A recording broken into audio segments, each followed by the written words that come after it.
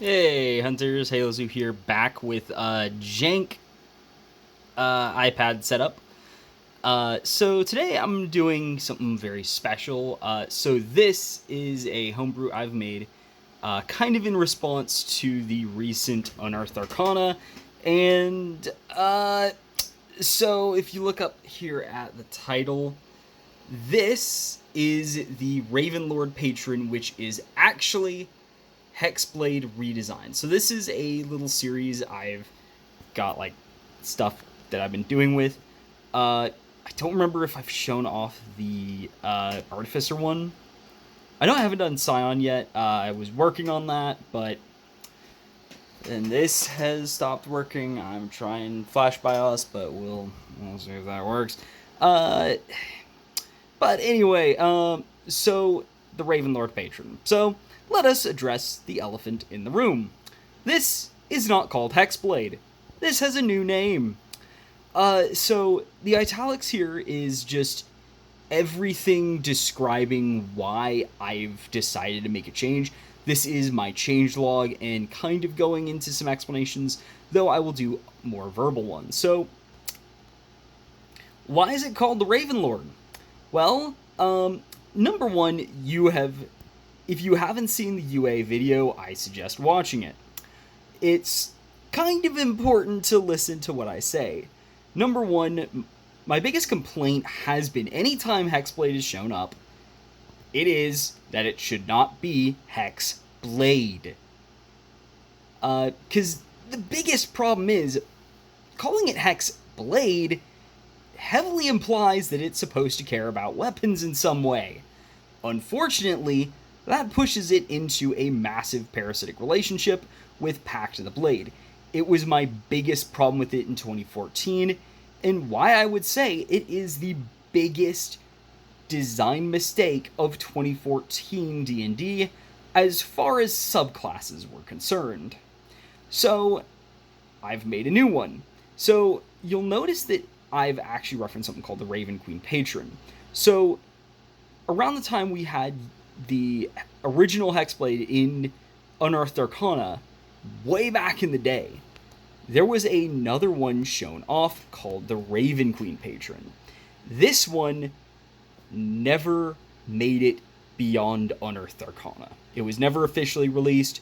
We only got Hexblade, though in hindsight I think it would have been better had it gone the other way around, where at least the Raven Queen Patron would not lead to such a massive parasitic relationship where they put the fix to Pact of the Blade in a patron instead of just fixing the subclass itself. So, I've gone and said, okay, Hexblade's gone. We're calling this the Ravenlord now. So, basically, it's just a reference to the Raven Queen. Now, I will say, I will have other options available in this Unearthed Arcana that are intended specifically to make it so that a classic Hexblade style character can be made. Just, it's not just your patron. You can make that, but you don't have to go with the Ravenlord Patron. So we have a few features over here. So you'll see Ravenlord spells, which it's patron spells. Shadow Raven Curse, guess what that is? Mark in the Ravenlord, which is a new feature. Raven's Hunger, it's kind of obvious to guess what that might be. Unyielding Will, which you'll notice is moved backwards. You'll see why. Then we got Armor of Curses and Master of Ravens. Master of Ravens obviously being Masterful Hex, and Armor of Curses being a generically named Armor of Hexes, because you're not based fully around Hex anymore. So, as for the spells, we'll see. For one, I have vastly improved the awful organization of these spell lists. So basically, you get them by spell rank. So it's just for clarity that, hey, these are the spells you get once you unlock that spell rank. So we've got, at first rank, you have Hex. So you'll notice overall, there are only 2 that are identical to the previous version. Also, 4 of them have asterisks. The ones with asterisks are going to be seen later. These are the 4 that are getting some form of errata, though there is another spell that may or may not have gotten hit with errata in this, but we'll show it later. Also note, this is not a full Warlock redesigned. I might make one, however, this is designed with some simple fixes to make Warlock overall in a better place. So, the Ravenlord spells, we have Hex and Bestow Curses, the only 2 returning from Hexblade. We also see a few coming in from Xanathar's with Elemental Bane and Negative Energy Flood. So, the main idea I wanted to go with is some Shadowfell themed spells, but I also added in Ice Knife. So, why this shows up is I wanted to make it so there was a concentration spell that you could cast that involved an attack roll that didn't feel too overpowering. So, you don't get Chromatic Orb, you get Ice Knife, which I also thought you could flavor as like, you're launching out this raven that dives in at your foes and then explodes. So that's why it's your other first rank spell. Darkness and Raven Female are at second rank, which, yeah, they kind of make sense. Third rank, you keep Bestow Curse because it's kind of important to your build, and then Conjure Animals as a way of just summoning a murder of ravens on top of your foes to shred them apart. So then we've got, at fourth rank, we've got Blight, which is just a necrotic spell. I might add errata to that to just extend its range to not be terrible. And then Elemental Bane, which, as you'll notice, is kind of weird in how it got changed. At least in the context of the spell as it is right now. Fifth rank, and also Elemental Bane is here as it's a kind of third curse spell. Since the fourth one, it would be crazy to give them, because why would you get Hunter's Mark? You have Hex. Fifth rank, they get Contagion and Negative Energy Flood, because those felt like 2 kind of like Shadowfell style spells that fit well enough. It's also why they have Blight. As well as Darkness and Ray of Enfeeblement. They're kind of a more generic Shadowfell patron, but they do have the theme of the Ravens. So this is basically a completely new one, mostly because the old one was basically, it was basically, oh yeah, this is a spell list exclusively designed with Pact of the Blade in mind, even though it really shouldn't be. So then we get Shadow Raven Curse. So the TLDR of this is actually going to be, this has, you activate it like Arcane subclasses UA, but it has the effects of the Horror subclasses UA, just with some tweaks. So basically, so as a bonus action, you place a Shadow Raven Curse on a creature in 60 feet of you, so its range is now double, and then it lasts up to a minute on its own. But you can also use it as a free action when you cast or move a spell that curses a creature. So you know how you can move Hex as a bonus action? Well, if you're moving Hex as a bonus action, you can now use this as part of that. You're welcome. And of course, you get it Charisma times per long rest. So it's there. And then the new ability, so that's very similar to Arcane subclasses UA, but the new one tweak is that you now choose an effect that triggers whenever you hit the target with an attack roll. Don't worry about that being an and as a bonus action on subsequent turns, you can swap what mode you're on. So we have Chilling Talons. This was what used to be the original effect. I don't know if I mentioned it here. I don't think I did. But basically, you get the idea. Chilling Talons is the slow one, so its speed is halved and can't make opportunity attacks. Ominous Cries, you basically get to choose cold, necrotic, poison, or psychic damage, and whenever the target deals damage to a creature other than you before the end of your next turn, it takes 1d4 plus charisma modifier damage. Also note, none of these have saving throws, because that was kind of annoying, where it's like, oh yeah, it might have this effect, you don't know. So now it's just automatically you have this effect. And Ominous Cry's damage has been tweaked a little bit.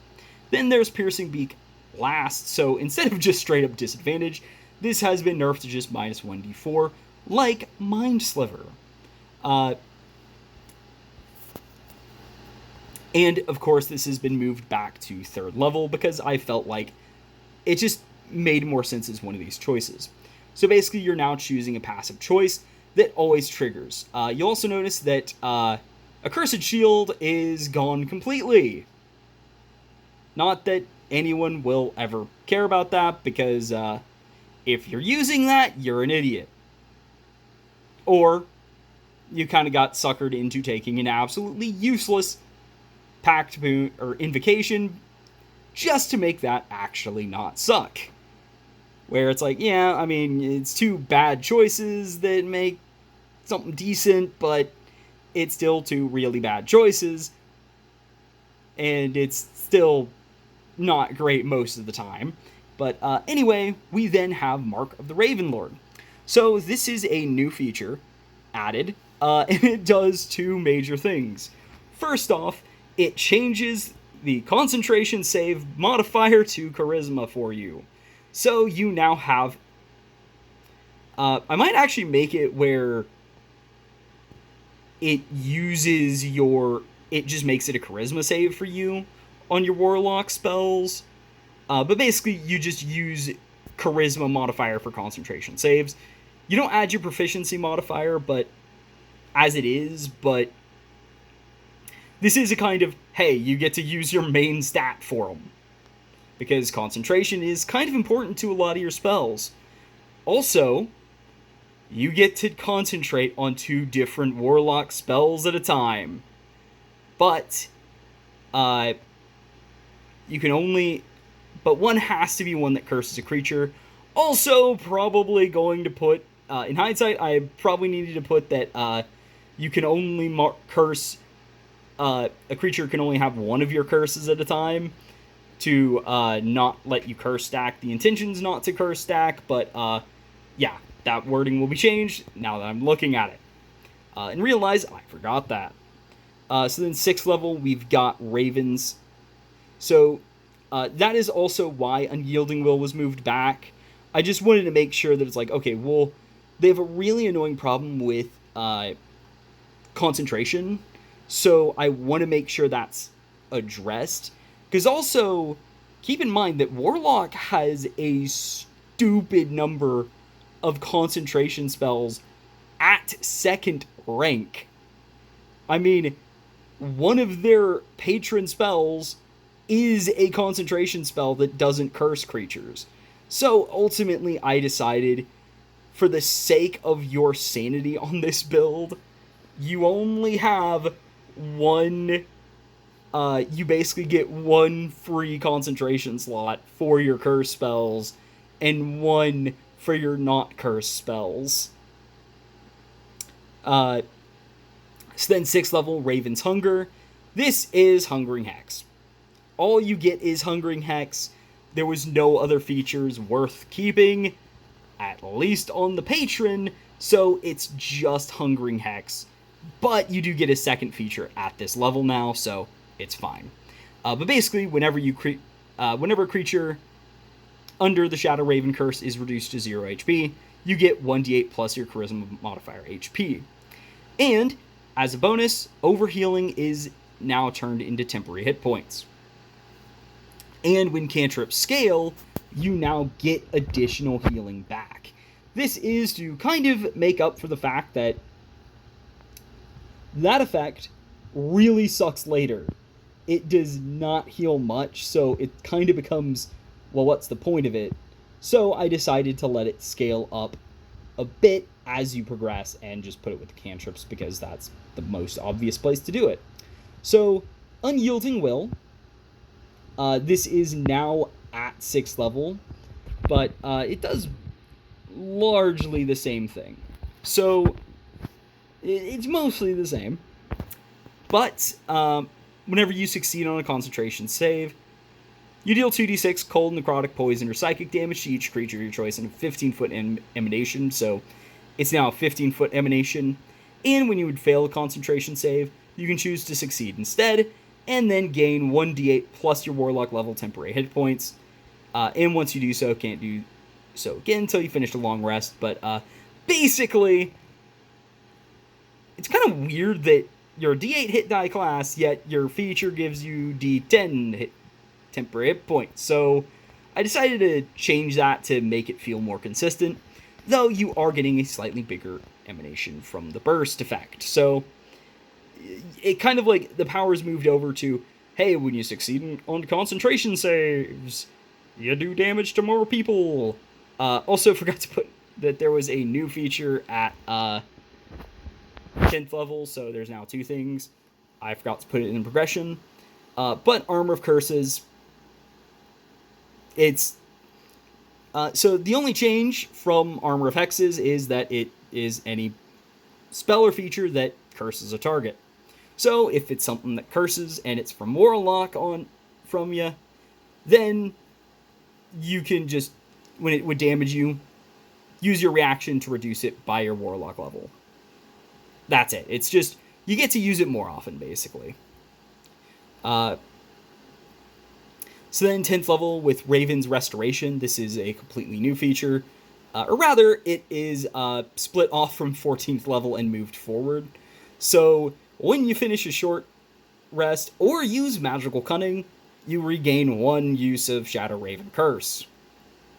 I decided to move this forward because it felt kind of silly that you got it so late, so I decided to let you have it earlier. Then we have Master of Ravens. So you get the following benefits. You get a Cursed Critical, can score a critical hit against any creature cursed by a Warlock spell or feature on a roll 1 lower than normal. This is just a new way of writing that you can do it on 19 or 20. Then Murder of Ravens has been tweaked around. So now, when you deal damage to a creature under the effect of your Shadow Raven Curse, you can deal 46 cold, necrotic, poison, or psychic damage to the target, and each creature in a 30-foot emanation from the target. Once you do so, you can't do it until you finish a short or long rest or use Magical Cunning. So basically, you can't redo it with spell slots, but I decided to let you use it more often without resorting to spell slots. Mostly because they are a very precious resource on Warlock, and I didn't want to... It felt kind of bad having you... Well, if you want to use this awesome new feature, you gotta spend your spell slots on it, which is not fun. But also, there's an additional effect here. When you score a critical hit on your Shadow Raven Curse target, hey look, something that synergizes with a Cursed Critical. You can use the ability for free without expending a use of it, and even if you've already used it. So if you score a critical hit, you get a free Murder of Ravens out. So basically, I just decided to make them more synergistic with each other and add a little bit of fun. So it's like, hey, you're critting more often, and you have a reason to care about critting more often, and you get to use Murder of Ravens more without spending spell slots on it. So there's that. Now there is some base Warlock errata. Because Warlock is not in the best place mechanically, thus I had to do a few changes because it's so bad. So the main changes, so I didn't write out the full features and stuff because that would be insane. Instead, I've just noted the changes, well, except to Eldritch Master, but you'll see why. So Pact Magic, you get a 3rd spell slot at 6th level, and you now go up to 5. You are welcome. One of the most annoying and bad parts of being a Warlock is how few spell slots you get. You get aggressively few. It's not even funny. And for people who say, well, it's not that bad, you're supposed to care about cantrips or weapon attacks if you're Pact of the Blade. Yeah, that would be, nice, but, yeah. There's this issue called, A, you never had that many spell slots compared to the number of spells you knew, and B, they made it worse with patron spells, as suddenly your spells known almost doubled. And actually, for the first half of the game, it pretty much did double. It's not until the latter half that it's no longer quite doubled. So yeah, you get a ton of spells and nowhere near enough spell slots to cast them. I'm also considering adding a new feature to 3rd level that is literally just a way to cast one of your patron spells it's basically a 4th an extra spell slot just for your patron spells. It's that bad. So then Magical Cunning also is here to kind of help with the amount of spell slots you get. In that now, you just get all your Pact spell slots. By default, you don't wait till 20th level for no reason. Speaking of 20th level, Eldritch Master is a completely new feature. So, basically, it is you just go crazy. So your Pact Magic spell slots, they're now all 6th level. Note, you still can't cast your Mystic Arcanum spell with them. So, no, you don't get to cheese those. Instead, you just get to enjoy upcasting everything. Then, whenever you cast a Warlock spell with a Pact spell slot or Mystic Arcanum as a standard action, you get to cast a Warlock cantrip that uses a standard action as a free action after casting the spell.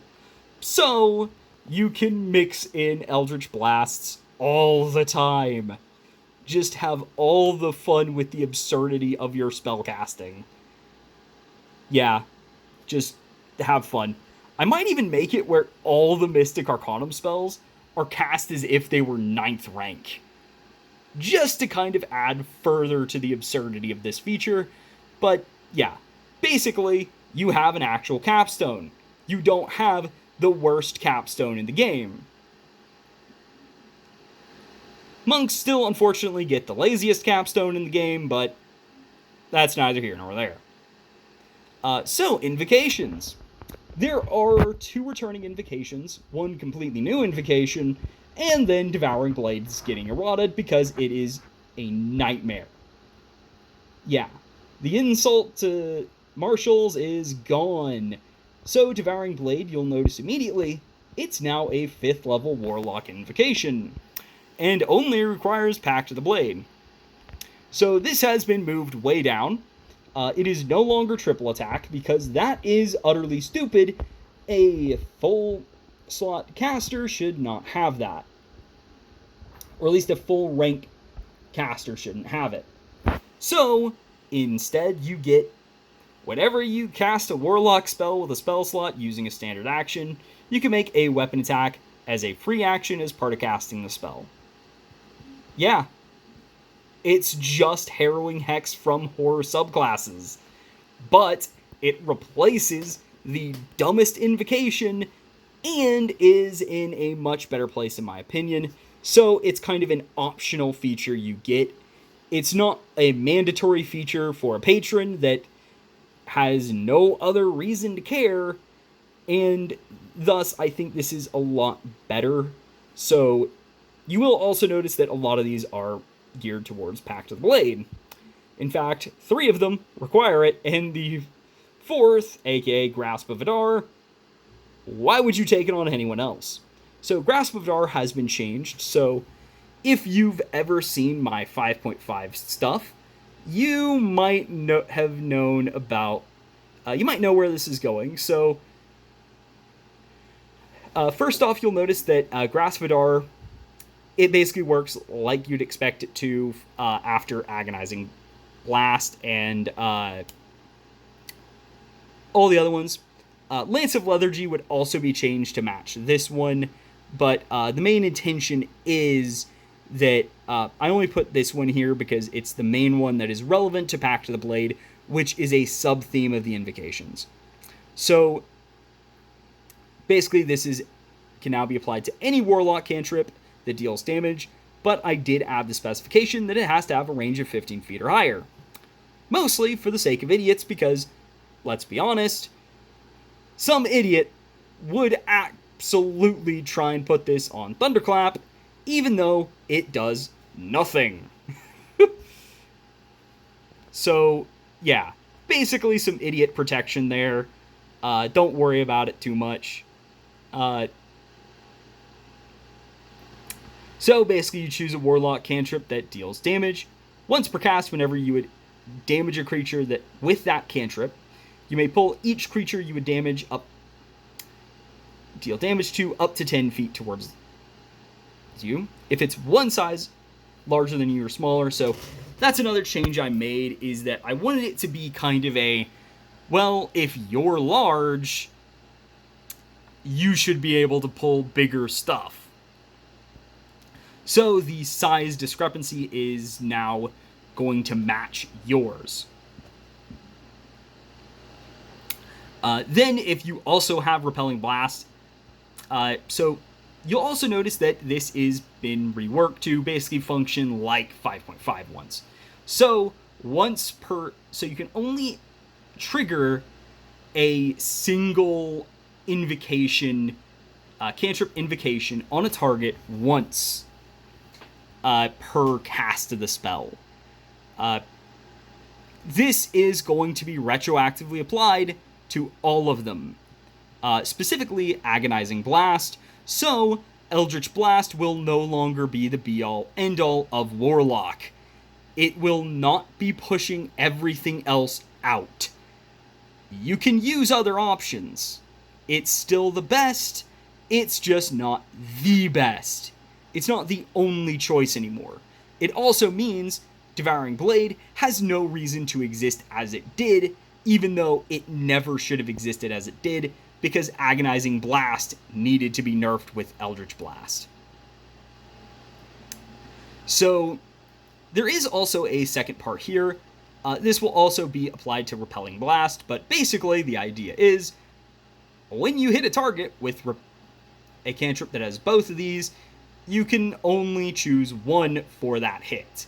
Note the intention is that if you do hit a target twice with Eldritch Blast, you can do both, you just can't apply them to one blast, one hit. So, you can't use, say, Frostbite or Toll the Dead, and then both push and pull the target. That's stupid. It makes absolutely zero sense that you can do that, so no, you don't get to both push and pull someone when you hit them only once. That said, you can do it if you stack Eldritch Blast on a target, so you can trigger them separately on different hits. You just can't that's the intention, is each hit can only trigger one or the other, but you could trigger one with hit 1 and then the other with hit 2. Then there is this completely new invocation called Hexblade's Armor. So yeah, the name Hexblade is now just part of Pact of the Blade stuff. All this does, it's second level Warlock and Pact of the Blade, and it just gives you proficiency with medium armor and shields. Yeah, you're welcome. It's just an invocation. So you do have to wait a level for it, and I might remove shields, but the idea is, here's your defensive buff, Hexblades. Have fun, and it is exclusive to them because I don't want it to be kind of the dominant one for if you might get attacked a lot. So then, last but not least, Relentless Curse is back, aka Relentless X, but it's just Relentless Curse now, because it might be more than just stuff called Hex. So, you have to have 7th level Warlock and at least one Warlock spell or feature that curses a creature. During your turn as a bonus action, you can spend all of your movement to teleport up to 30 feet to a space in 5 feet of a creature cursed by one of your Warlock spells or features that you can see. Now do note, there is an asterisk that you don't have to see the space you're teleporting into, it just has to be unoccupied. and next to somebody you can see. So, because Inescapable Hex isn't returning, you have this instead. And I made sure that it does take your movement, so it's not just Misty Step on steroids. Except, like, well, Misty Step, but it has some hoops to jump through, but it's still basically spammable Misty Step. So it does replace your movement and your bonus action. Kind of to keep it balanced and make it not so dominant.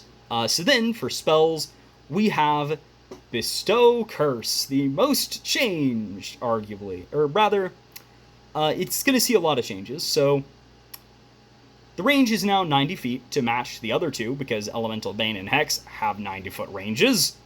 Extra damage only triggers once per turn. And it is decreased to plus 1d6, but it's triggered when anyone deals damage to the target. So, if anyone damages it, they take that damage. This is to kind of give it a different niche to Elemental Bane and Hex. So, it's kind of moved to, it's just the generic damage one, so anyone does more damage to it. And you can swap the effect as a bonus action while the target is in range of the spell. Similar to how you can change your Shadow Raven Curse on Ravenlord Patron. Ironically, Elemental Bane has barely any changes. The damage dice are just now 1d12 instead of 2d6. Because every other curse has only one damage die to worry about. This had 2 for some reason, so it's just 1 now. Minor change, but eh. And ironically, it's actually currently the worst, but that's mostly because it's the only one that doesn't trigger multiple times. And as we'll see with Hex, that's not really a downside anymore, because they're all once per turn, as Hex is once per turn. But the damage die is now a d10, and is the same type as the triggering damage. It'll also trigger off failed saving throws against one of your spells that deal damage to it. And this change will apply to Hunter's Mark, which will also be triggered on hitting with spell attacks. Basically, this is to rein in the rampant power Hex can bring, and kind of make it where it's like, okay, all of these different effects and stuff, I just want their power reined in, so you only have to worry about one of these at a time. So, basically, it's not just get as many attacks as possible anymore. It is, you want to focus on making multiple smaller attacks. And then Ice Knife right here, it's got a very simple, small change. So the piercing damage is now d6 plus your spellcasting modifier. To give it a bit more consistency, you can have a higher maximum with this now, but it should have a lower floor now as well. And targets still take half the cold damage on a successful save, since I really don't like on-save effects that only have one chance to hit that don't do half damage on a successful save. May or may not be applied to catapults as well. But basically the idea is that now Ice Knife will be a lot more consistent and not feel terrible to use. It'll still be hard to aim properly, but oh well. But anyway, without further ado, I hope you've enjoyed this look at the Hexblade Redesigned, aka the new Ravenlord Patron I'm making. So a link to this will be down in the description below, as well as the videos, the previous videos talking about Hexblade. But anyway, without further ado, see y'all next time. HaloZoo out.